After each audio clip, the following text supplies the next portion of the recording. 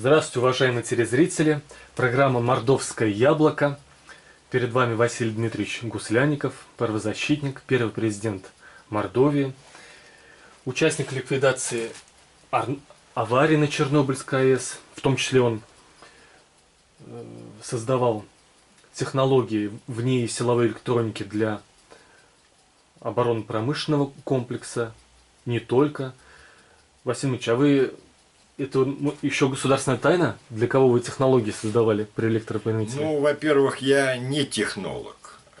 Я специалист по надежности и занимался надежностью тех преобразователей, которые разрабатывал наш институт, не силовой электроники, а потом, значит, НПО силовой электроники.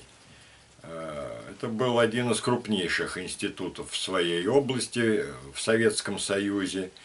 И коллектив был очень большой и творческий, и разработки были серьезные. Там было много направлений. Например, по электровозам, которые изготавливались на Новочеркасском электровозостроительном заводе, там силовые установки, все были разработки нашего института и производства нашего завода электровопрямитель. А военная техника вот. Какая-нибудь была? И военной техники. То есть вот эти все выпрямители, там инверторы, преобразователи частоты, они многие применяются во многих отраслях, в том числе и военных, в судостроении. И на кораблях открытых, и на подводных лодках везде есть техника. И техника себя хорошо зарекомендовала и работала. То есть вы были и на атомных подводных лодках? Ну, я везде был. Я был и на атомных электростанциях, на той же Игналине, на Курской атомной электростанции, на Чернобыльской АЭС. То есть мы ездили по многим объектам, собирали данные по работоспособности, по надежности, обрабатывали эти данные, и в новых разработках были закреплены уже новые параметры надежности, как то наработка на отказ, там срок службы и долговечность преобразователей. То есть разные вот эти параметры надежности, они были в паспорте и в документации записаны. И я говорю, техника у нас была довольно надежная. Вот. С точки зрения работы в нашем НПО силовой электроники, я уже говорил о том, что коллектив был очень умный и творческий, и поэтому мы были одни из зачинателей перестройки в нашей республике и в Саранске в первую очередь. Кстати, как раз на днях исполняется 30 лет со дня квазисвободных выборов в нашей республике. 4 марта 1990 года уже проводились альтернативные выборы в местные органы власти и в Верховный Совет Мордовской ССР, в результате чего я и стал депутатом Верховного Совета. Если бы не было этих послаблений и движений в сторону демократии, конечно, я бы не был избран бы, потому что меня даже никто бы не выдвинул. Выдвигали обычно всех тех, кто были послушные и в соответствии с требованиями тех лет обязательно, чтобы поддерживал политику партии и правительства. А я-то, наоборот, был активным членом Совета трудового коллектива в то время, правкома, вплоть до того, что призывал к упразднению статьи 6 в Конституции СССР, где говорилось о правящей роли партии. То есть призывали к нарушению Конституции Советского Союза? Ну, к пересмотру, будем так говорить. Потому что если ты правящая партия, то ты должна править в интересах народа. А какая плановая экономика у нас была, когда в магазине невозможно было купить ни телевизор, ни холодильник, ни мебель, не говоря уже о продуктах питания. Когда мы талонами на все практически стали, и на водку, и на курево, и на макароны. А многие в интернете вот сейчас обмениваемся мнениями. Хотел бы, мол, ты жить при Брежневе и все прочее. Ну и начинают все высказывать. Да, конечно, 90% хотели бы жить при Брежневе. Я говорю, ну а вы вспомните про то, чем вы питались, где вы покупали холодильник, Я, например, кухонный набор, элементарный кухонный набор, ездил из Москвы, привозил, потому что в Саранске купить табуретку было даже невозможно. Это называется плановая экономика. Вот я бы не хотел при такой плановой экономике жить, потому что в 90-х годах мне удалось посетить с десяток стран Европы. Мне там очень понравилось, как капитализм, по нашему пониманию, а социализм по их пониманию. И я думаю, что на самом деле социализм давно построен и в Германии, и в Швеции. Я был в Германии, был в Дании, был в Нидерландах, где полностью построен социализм, то есть социальное государство, от слова «социальное». Но все-таки, Василий Дмитриевич, придерусь, социализм это когда собственность принадлежит в основном государству, а Ну, те да. страны, у них высокий уровень жизни, потому что очень много собственников частных, и эта собственность Конечно. неприкосновенна, а в Советском Союзе все принадлежало Конечно. Ну, вороватым чиновникам, по сути. если говорить о том, что существует 50 определений социализма, и я сейчас же могу дать 51-е, то это так. Но я говорю, что само понятие социализм должно исходить не за право собственности на орудия и средства производства, как нас учили в политэкономии, а именно от слова «социальный». То есть там, где социальная защищенность выше, там и социализм. Но это придает путаницу, тогда можно сказать, что на Западе уровень доверия между людьми выше, и они живут там как в коммуне, эти народы, а значит там коммунизм. Я скажу, что доверие уровень там между людьми гораздо Но там выше, же не чем у коммунизм. нас. А Мало ли что что-то похожее коммунизм на... это сказка, которую нельзя построить. Поэтому, если ты будешь И реальные социализм тоже самое. силы отвлекать на построение коммунизма, что мы делали длительное время, то хорошего из этого ничего не А вот будет. когда отвлекали нас сказкой о коммунизме, почему почти 90% людей на выборах руководителя РСФСР проголосовали за Ельцина? Ну, это уже другой вопрос совсем. Ельцин выступил именно с антикоммунистических позиций. А все разочаровались, получается, в сказке. Конечно. Не в сказке, а в очередях. руководстве КПСС. Ведь то, что написано в программе КПСС, это все замечательно. Почему я и пытался вступить в КПСС в 1989 году, потому что в то время уже возникло движение «Демократическая платформа» в КПСС. То есть, если бы мы перестроили КПСС на демократическую платформу, то мы сейчас были бы как в Китае. Под руководством КПСС мы бы строили капитализм. Не в том смысле, что это загнивающее общество, а в том смысле, что это высокопроизводительное общество. А в основном, как говорил еще Ленин, патриарх нашего государства и основатель государства, он и говорил, что производительность труда в конечном счете решает все.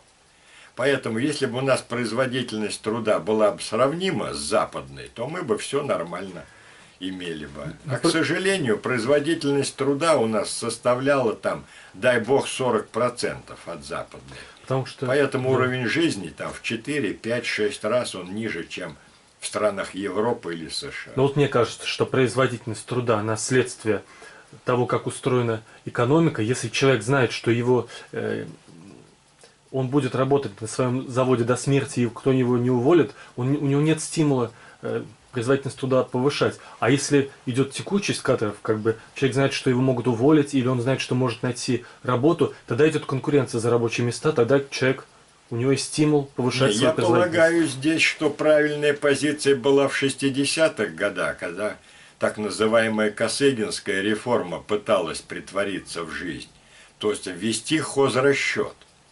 То есть если бы у нас даже те государственные предприятия вводили хозрасчет, а это что означает? Что если ты хорошо работаешь, ты получаешь больше. В том числе, что если сдельщик делает много, то он должен получать много.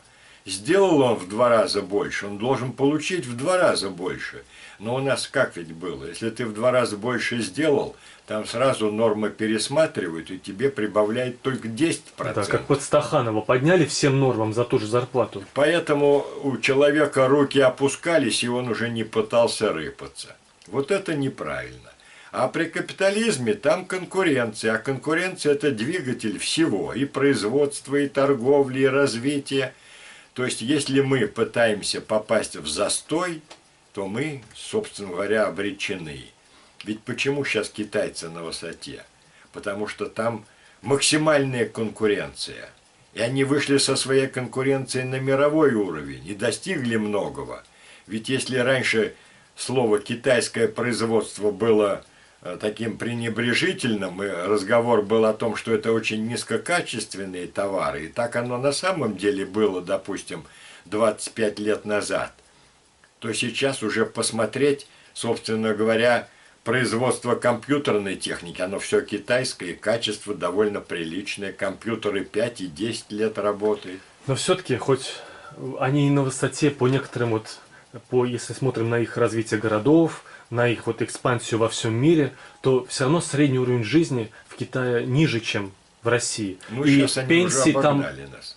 Вот сейчас ну, может быть, раз, в эти да, годы. в эти Но годы. пенсии там платят только бюджетникам, а это не Я малая сейчас часть не помню населения. про пенсии. Китая. Я был в Китае в 92 году, да, это была нищая страна. Там же людей-то очень много. Но Они просто можно масштабом. сказать, сделали из нищей страны, Согласен. сделали По эффективности, гиганта.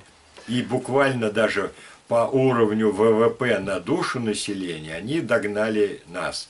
По зарплате уже обогнали. Но есть вещи все-таки, в которых они хуже нас, в том числе смертная Так казнь. нет, ну чё тут У них говорить? смертная казнь это Нет, признак средневекового с точки общества. зрения демократии, конечно, они там, И может демократии, быть, еще да. хуже нас.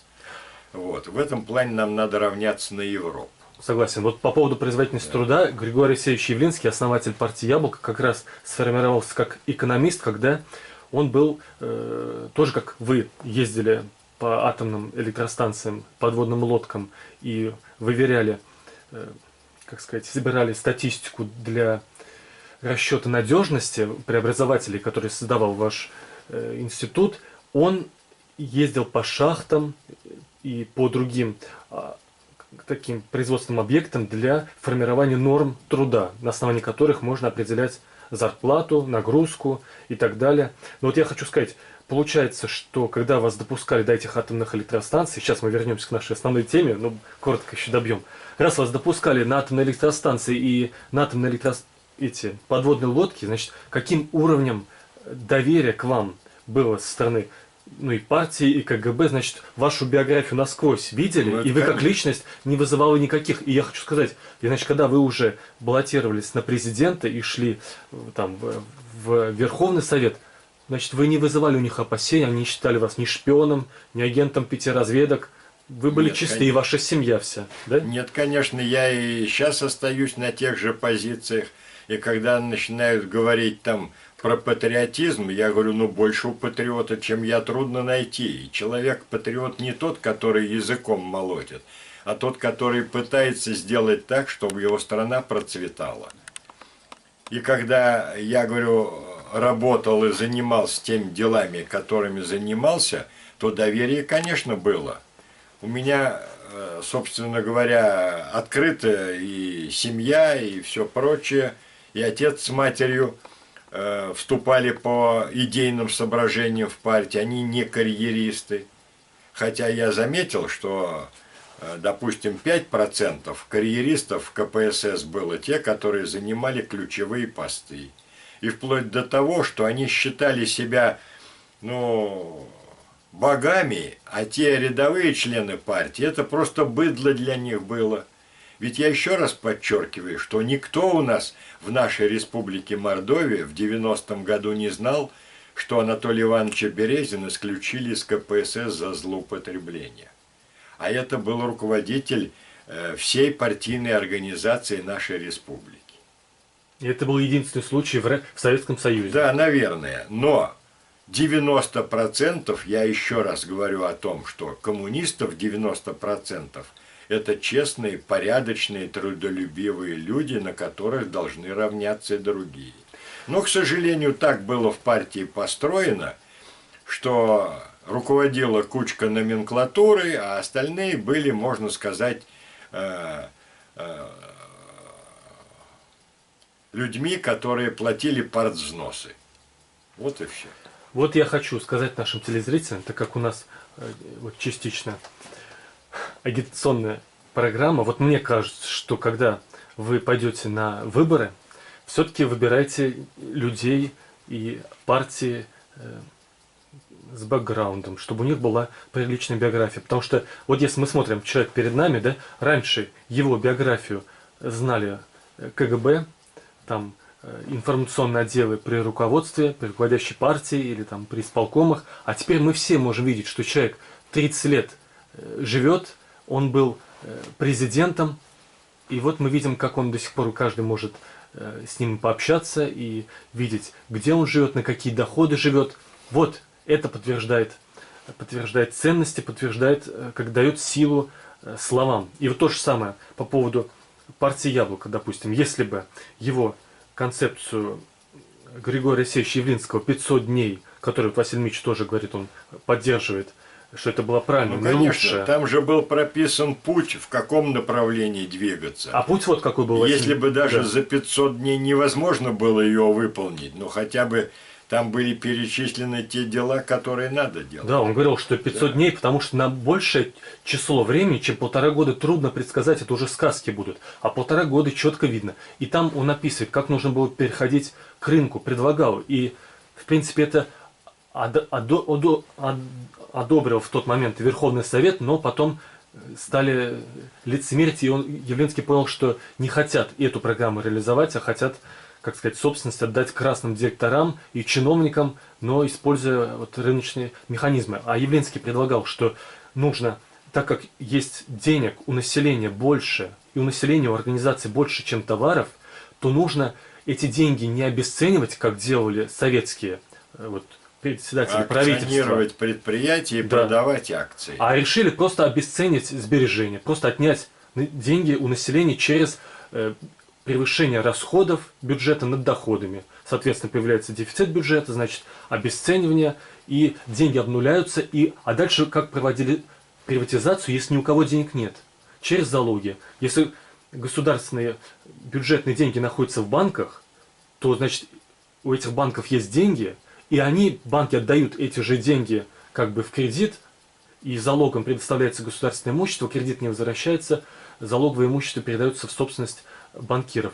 И через ваучерную приватизацию тоже она была очень на таких основаниях, из-за которых люди разочаровались в рыночной экономике. Но если бы использовалась программа 500 дней, не только бы в рыночной экономике не разочаровались, не только бы не было обесценения сбережений, даже Советский Союз, вообще-то, он бы и не распался, потому что Явлинский, когда был вице-премьером в правительстве, он заключил около 30 договоров со всеми союзными республиками, и они дали согласие. То есть и Советский Союз, значит, культурные связи не разрушились бы, экономические связи, не было бы проблемы с гражданством и конфликтов на этой почве. А дальше в 1993 году можно было голосовать за «Яблоко», тогда не было бы войны в Чечне, не было бы убийства десятков тысяч и российских солдат, и чеченских. Владимир, мы можем долго говорить о том, что было бы, если бы. Согласен. Поэтому тут надо главное сказать о чем. Да. Я сейчас два слова-то скажу. Скажите. По поводу выборов. Значит, мое мнение как раз, власть делает все для того, чтобы закрепиться у власти навсегда и отшить тех, кого она считает ненужными. Ведь на самом деле парламент – это место для дискуссий, и там должны быть разные депутаты. И вот это введение 5% барьера на пути избирательном – это и есть преграда та, которая не позволила попасть многим оригинальным туда людям, которые имели свое мнение, свою позицию, могли бы его высказать. 2003 года я считаю, что надо отменить вообще любой барьер. Если какой-то кандидат или какая-то партия набирает там хоть 1% голосов, то надо этот процент от общего состава Думы в 450 человек выделить и отдать этим людям, которые получили этот Но это процент. благие пожелания, они не отменят этот Если барьер. мы не в нашей отменят. стране не изменим закон о выборах, у нас ничего не изменится. Мы не изменим, потому что они сами себе не будут. Нужно добиться Нет, того, мы чтобы можем изменить. вот за яблоко, когда будет голосовать 20%, тогда только. Ну, голосовать-то можно на выборах, а пока у нас выбора нет. Ведь если у нас при существующем законе о выборах имеет номенклатура возможность отсеять любого неугодного депутата. Потому что ему надо или пройти так называемый депутатский фильтр, когда за него там подписываются депутаты, или собрать подписи, которые потом признают недействительные, или надо вносить там многомиллионный залог, которых денег нет у тех людей, которые не наворовали. Согласен, во всех случаях, кроме федеральных выборов в федеральный парламент. Туда все-таки допускают. И Яблоко, и даже другие демократические партии допускались. Все-таки этот уровень они еще краник не перекрыли. Ну, там можно. Допустить-то можно допустить, но в чьих руках все телевидение? А с телевидения каждый день рассказывается, что у нас одна только правильная партия, а остальные все оппозиционеры, они там находятся на содержании у Америки. Но в 90-м году тоже телевидение было за то, чтобы оставить 6-ю статью.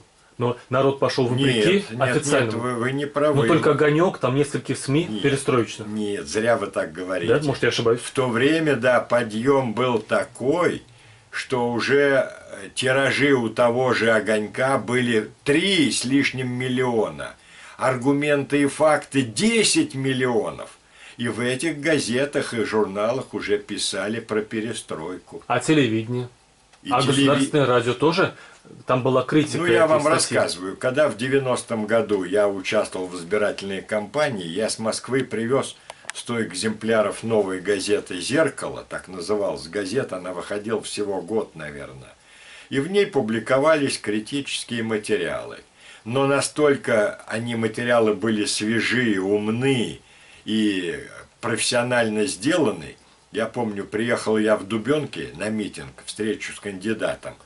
У меня-то 100 экземпляров этой газеты прям разобрали буквально за считанные минуты.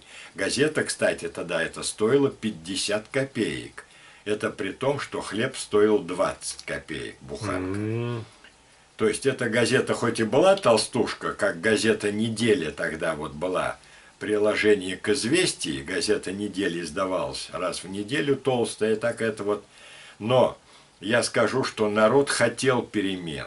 Потому что после того, как узнали там секретные протоколы Молотова-Риббентропа, о том, как репрессии проводились в нашей стране, ну и много другого. А, кстати, вранье со стороны властей продолжается оно и до сих пор, поэтому многие относятся критически к заявлениям властей. Ведь вот сейчас в интернете ходит байка, что нам обещал господин Медведев в 2008 году. Что зарплата у нас там будет средняя сейчас 80 тысяч, что у нас там каждый будет иметь квартиру отдельную и все такое. Чуть ли на 3-е место по экономике. Да, и вот все это буквально 12 лет назад не сработало. Смотрите, вот что сработает. То, что мы призываем наших телезрителей все-таки поддерживать партию «Яблоко», как самую сильную демократическую объединение партий, и призываем вас становиться домкомами, председателями ТСЖ, в зависимости от того, в каком ваш многоквартирный дом, в каком товариществе, как он оформлен, зарегистрирован. Вы почему стали, Василий Дмитриевич, председателем ТСЖ? Почему вас избрали? Ну, я вообще скажу, что по стечению обстоятельств я возглавил товарищество собственников жилья номер 29, потому что в 1998 году, когда сдавался наш дом, значит, был поставлен условие: пока вы не создадите товарищество собственников жилья, ключи вы не получите. Новый дом, да? Да, а поскольку всем хотелось скорее въехать, то пришлось нам создавать. Но одновременно выяснилось, что никто не хочет быть председателем ТСЖ. Почему? Потому что это дополнительная нагрузка, это естественно. Зарплата. Тогда никакой зарплаты не было. Я несколько лет работал за спасибо. Получал только одни выговоры от жильцов, что вот тут мусор, тут того-то нет, там того-то нет. Но хотелось въехать в квартиру, поэтому я и согласился. А с другой стороны, был опыт определенной организаторской работы, поэтому я думал, что не хуже других справлюсь. Ну и вот на 20 с лишним лет задержался в этой должности. Сейчас наше товарищество собственников жилья активно работает, но я сразу скажу, что много товариществ других в нашей республике и в Саранске в первую очередь, которые работают гораздо эффективнее меня. Часто это те люди, которые молодые пенсионеры ушли с работы и занимаются только этой деятельностью. Тратят на это очень много времени и хорошо работают, у них отдача хорошая. Тут бы я мог сказать, например, о том, что вот есть моя знакомая Нина Алексеевна Пакскина, которая возглавляет товарищество собственников жилья на Попова 55. У нее многое получается, мы с ней контачим. Иногда и я ей советом помогаю, потому что я бываю часто в Москве на тех или иных мероприятиях, где вопросы ЖКУ поднимаются широко. Вот на одном из мероприятий я был и привез несколько таких журналов. «Председатель ТСЖ». Замечательный журнал, и в нем много полезного сказано. Также я хочу сказать, что бывший депутат от «Яблока», а сейчас депутат Хованская, возглавляет комиссию в Госдуме по жилищным вопросам. На одном из семинаров я был у нее. Грамотный депутат, толковый депутат, и она много полезного нам сообщила вот на этом семинаре. Поэтому какая-то польза от этого общения и есть. Я своим опытом тоже делюсь, потому что, возглавляя общественную организацию «Мордовский республиканский правозащитный центр», иногда приходится даже идти в суд за защитой своих прав, в том числе и жилищных. Я уже рассказывал в одном из интервью, как в нашей республике практиковали веерные отключения. Когда в доме есть неплательщики за электроэнергию, то отключают электроэнергию всему дому. В том числе и мне отключали, когда я был плательщик. Я пошел в суд и это дело выиграл. Но вопрос в том, что я потом пошел в суд, у матери также отключали электроэнергию. Я выиграл и этот суд, но уже взыскали с другой организацией, которая к этому делу была не причастна. Фирма «Мордовэнерго», которая этот рубильник не отключала. Вот. А в первом случае с фирмы ВАТ взыскали. Так а в третьем случае, где у меня жила дочь на Светтехстрое, такая же ситуация, что в иске вообще отказали. И что интересно, главное, все эти 3 иска были утверждены Верховным судом нашей республики. Еще какие поводы были для подачи в суд? Причин-то много, можно разных рассказывать, но я говорю, тут можно каждый день бодаться в суде с поставщиками жилищно-коммунальных услуг, но все равно, как говорится, краник в их руках, и поэтому они пытаются в любом случае где-то жульничать, обмануть и все прочее. Бодаться с ними очень сложно, для этого надо много сил и энергии. А было бы лучше, если бы вы, как ТСЖ или правление многоквартирного дома, могли сами выбирать себе Конечно, коммунальные мы сейчас программы? можем. Более того, Но выбор ограничен, все-таки не десятки организаций, а все-таки... Нет, любой ТСЖ может сейчас перейти на самообслуживание, заключать договоры с тем же теплотрансом, с тем же энергетиками за снабжение дома, с газовщиками. Но это просто малоэффективно, потому что это надо посвятить этому очень много времени и иметь специалистов в разных областях. В смысле избежать посредничества управляющей компании, да? Конечно. А саму энергетическую компанию менять? Или там только одна компания в Саранске занимается одним? Кабелей к дому ты много не подведешь, поэтому здесь есть монополист, и у нас есть служба антимонопольная, которая следит, чтобы тарифы не задирались. В этом плане я особо не могу там высказать претензий. что вот так и так они задирают, потому что им вот эта служба антимонопольная не позволяет задирать высоко. Но, кстати, еще все равно перспектива для демонополизации, в том числе в энергетической отрасли, большая. Но хочу сказать, что, кстати, руководитель Федеральной антимонопольной службы России Артемьев, он член партии «Яблоко», и там в руководстве много членов партии «Яблоко», и был, как бы, проверяли международные службы, антимонопольные службы, как бы собиралась статистика по ним, и российская антимонопольная служба, она или в тройку, или даже первое место как-то занимала среди всех международных антимонопольных служб. Это о чем говорит, что... Но они работают в правильном направлении. Конечно, да. нужно нефтянку, энергетическую отрасль дальше демонополизировать, там еще она очень сильно По монополизирована. эффективности обслуживания домов я могу сказать, вот неправильно то, что заставляют газовщики каждую квартиру ставить себе газовый счетчик. Я полагаю, было бы гораздо более эффективно поставить один общедомовой счетчик. Ведь если ты воду можешь лить там лишнюю, поэтому тебе каждому индивидуально ставят дома счетчик на воду, это правильно. Воду надо экономить.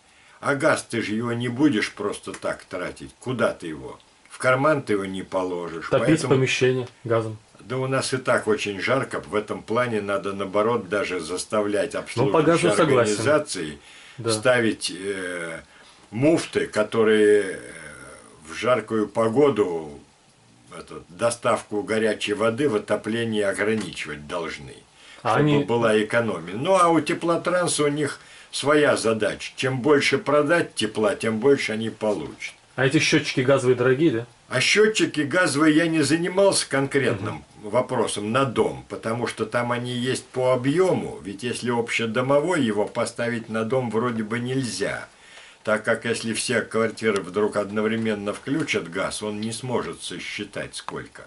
Но я полагаю, все равно было бы гораздо дешевле, если на дом ставить один газовый счетчик. Это раз.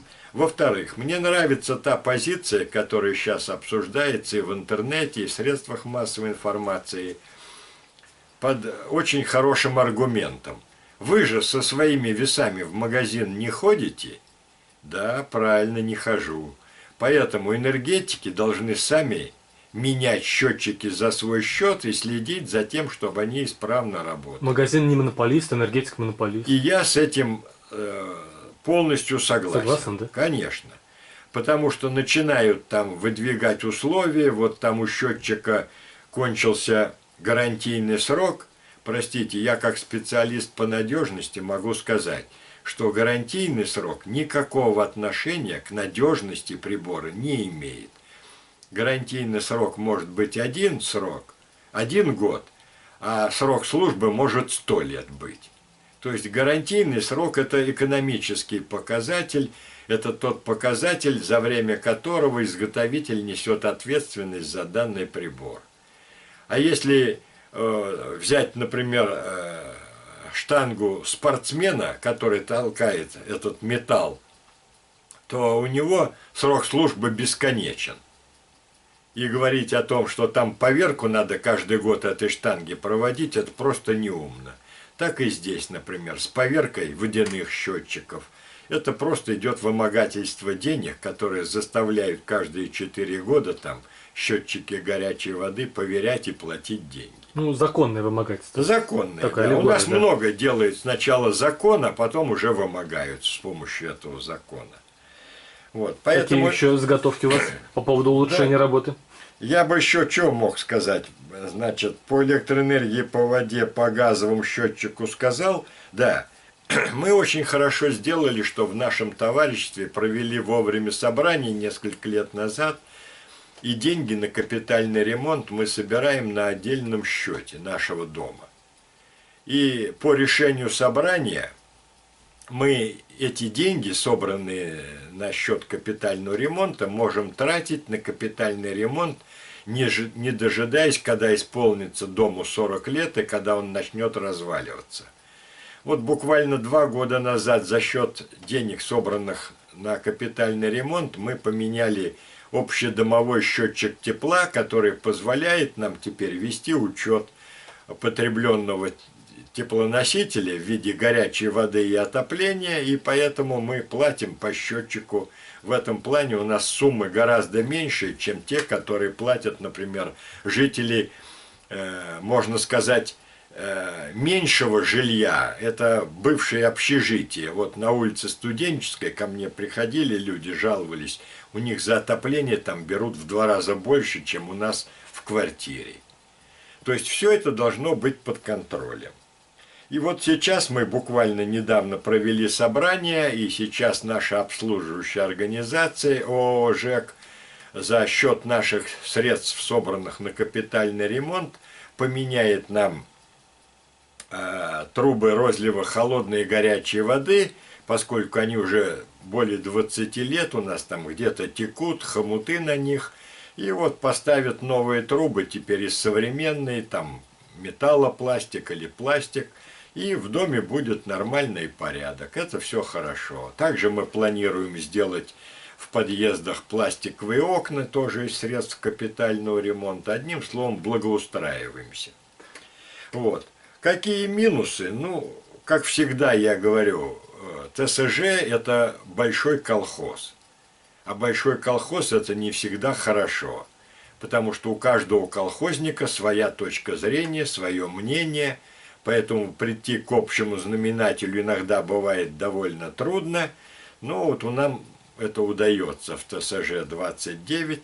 Поэтому мы, так сказать, планируем идти вперед с гордо поднятой головой. И вот указанные цели, я думаю, может быть, некоторые из них нам удастся претворить в жизнь для того, чтобы сделать взносы за текущий капитальный ремонт там менее расходными и направлять средства, которые собираются именно на нашем домовом счете, именно в нужное русло. Сейчас это мы трубы поменяли, там счетчик поставили, через несколько лет там, допустим, крышу перекроем. Вот такие вот вопросы. Вот наши телезрители, допустим, в течение 5 лет решат стать председателями многоквартирного дома или ТСЖ. И вот будущее пророчить им, какие основные претензии им будут предъявлять жильцы, к чему им нужно быть готовым, что, как они будут по улице идти, в чем их будут обвинять, что им будут ругать, пенять. Ну, я говорю, в каждом колхозе там своя песня. Я говорю, как всегда, люди считают, что они платят много, а обслуживающая организация делает мало. Чаще всего это справедливо. Взять, например, там и по нашему дому, если там в нормативах положено, что раз там в 2 недели пол мыть надо, а моют там, может, раз в месяц, то есть это. Если там, как снег выпадет, его надо убирать, когда он падает, а не через 2-3 дня, когда там захочется дворнику. Но, с другой стороны, это низкооплачиваемые работы, поэтому туда особых нету, так сказать, очереди не стоит. И поэтому мы имеем то, что имеем. Но в этом направлении можно развивать, допустим, может быть, насыщать техникой. Ведь не секрет, что есть сейчас миниатюрная техника, та же снегоуборочная, которая может откидывать снег там с помощью бензинового двигателя. Надо отметить, что вот наш двор, например, он является проходным двором, как улица. И за эту зиму, в те зимы хоть иногда бывал, приедет там или Беларусь, или скрепер почистят дорогу. Трактор, да? Да, то в эту зиму ни разу за всю зиму скрепер не проехал. Снега не было, да?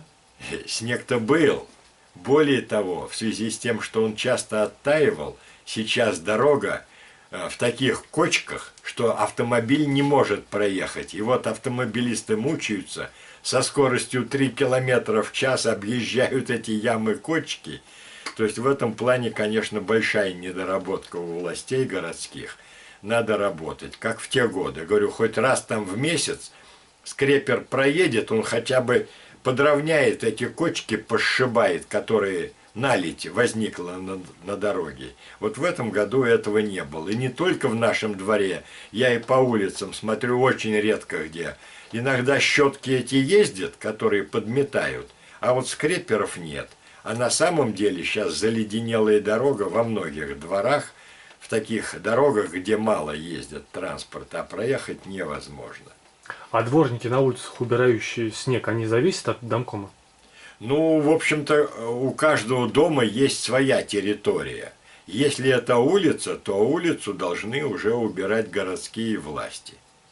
Угу. Вот. А дворники должны работать во дворах и там у подъездов, где все организовано И домком увольняют, управляющей компанией. а премируют, увольняет домком или Нет, управляющая компания? Управляющая компания. Ага. Вот у нас, по-моему, есть несколько ТСЖ, которые перешли на полное самообслуживание. То есть они заключают сами договоры на вывоз мусора, и на водоснабжение, и на газоснабжение, теплоснабжение. И получается, что им это гораздо дешевле выходит, жильцам. Но зато хлопот у председателя ТСЖ очень много. Более того, я полагаю, что сюда ему надо будет и штат, он должен хотя бы на полставки принять и водопроводчика, который может в любой момент принять вызов и перекрыть воду, там отремонтировать что-то сломавшееся, и электрика. То есть тут проблем своих много. И сам должен больше времени тратить на контроль. Конечно, конечно. Потому что контроль... Тут работа очень сложная. Поэтому я думаю, что правильнее было бы, конечно, создать полную конкуренцию среди обслуживающих организаций. Мне вот непонятна эта позиция, когда наша власть перевела все из муниципальных организаций в ООО. Когда они были под контролем городских властей, конечно, у них головная боль была больше у городских властей, зато жильцам было проще. Они могли обратиться к городским властям, и городские власти могли нажать на это муниципальное предприятие, и они могли бы почистить ту же дорогу во дворе. Сейчас, конечно, жильцы воюют один на один с управляющей компанией. Ну, если, мол, вам не нравится эта управляющая компания, ищите другую. Ну да, вот они должны банкротиться, так к ним не должны обращаться дома, и они должны банкротить, закрываться. Вопрос-то в том, что мы в нашем доме, другими. например, пытались найти более успешную управляющую компанию, переходили от одной к другой, а оказалось, что хрен редьки не слаще. От одной пришли, там в этой организации вообще совсем перестали дворники к третьей убираться. надо тогда, к третьей. Ну, к сожалению, вот... Так и идет выбор между магазинами, так и должно продуктами. быть. То есть, если этих управляющих компаний будет много и у них будет дефицит домов, тогда они будут работать хорошо, будут сражаться за дома. В том числе иногородние должны привлекаться. Конечно, иметь право. вы правильно здесь говорите. А пока получается наоборот, что домоуправляющая компания, еще не каждый дом принимает себе на обслуживание, говорит, мне невыгодно брать ваш дом уже 50 лет, он наладан дышит, у меня там слесаря вылезать не будут, латая ваши худые трубы. Василий Дмитриевич, вы вообще напугали людей, значит, их будут критиковать, у них огромные проблемы, и неужели нет никакой радости за то, что ты отвечаешь за дом, Радость что ты есть. экономишь деньги жильцов, ты лучше других Конечно. председателей, ты отвечаешь за своих соседей, помогаешь, чтобы они меньше тратили на коммуналку, у них был лучше двор был самым красивым в городе, самым цветущим, никаких тротуары не поломанные. Правильно вы говорите. Более того, я уже в пример-то привел, что многие жильцы вот таких активных председатели ТСЖ просто обожают. Но тут подход, я говорю, опять же, со стороны властей. Когда я к ним обращаюсь, говорю, ну вот надо сделать так, чтобы по нашему двору не было проезда чужих машин, которые просто используют ее как улицу. Это же неправильно, тем более рядом улица есть. Там единственное, что надо сделать, заставить теплотранс переварить трубы отопления, которые в одном месте низко спустились и перекрывают улицу. То есть там дел на один день, там 5 работникам, 1 подъемный кран, там пару сварщиков и 1 начальник. Дел на 1 день, а у нас дел на 2 минуты. Нам нужно быстро объяснить человеку, который сейчас смотрит, который наверняка в ближайшие 10 лет станет домкомом, председателем ТСЖ, как нужно себя подать, как нужно документы подать, как нужно организовать собрание жильцов? Очень импонировало ведение вот такого комплекса занятий, которые там раз в квартал проводил Домнин, бывший председатель Ленинского райсовета, а потом, когда уже сделали администрацию, он долгое время возглавлял администрацию Ленинского района, а потом несколько лет вел занятия вот с председателями ТСЖ, и это дело замечательное. Надо городским властям возобновить вот эту учебу, собирать людей, рассказывать, делиться опытом и практически как раз вот показывать, как надо работать. А вы сами-то приглашаете людей? Нет, я сам ходил учиться туда. И это, говорю, полезно, потому что я сам для себя выносил. А пока такой учебы нет, вот зрители смотрят, стоит им конкретно в этом году попробовать своих жильцов, предложить им программу, как улучшать жизнь во дворе и предложить свою кандидатуру. Ну, если на самом деле там есть у вас председатель, который не справляется, возьмите, соберитесь, переизберите. Но вопрос-то в том, что мало кто хочет на эту должность. Должность хлопотная, а уважения не столько много, как, например, занять там пост другой высокий в исполнительной власти хотя бы.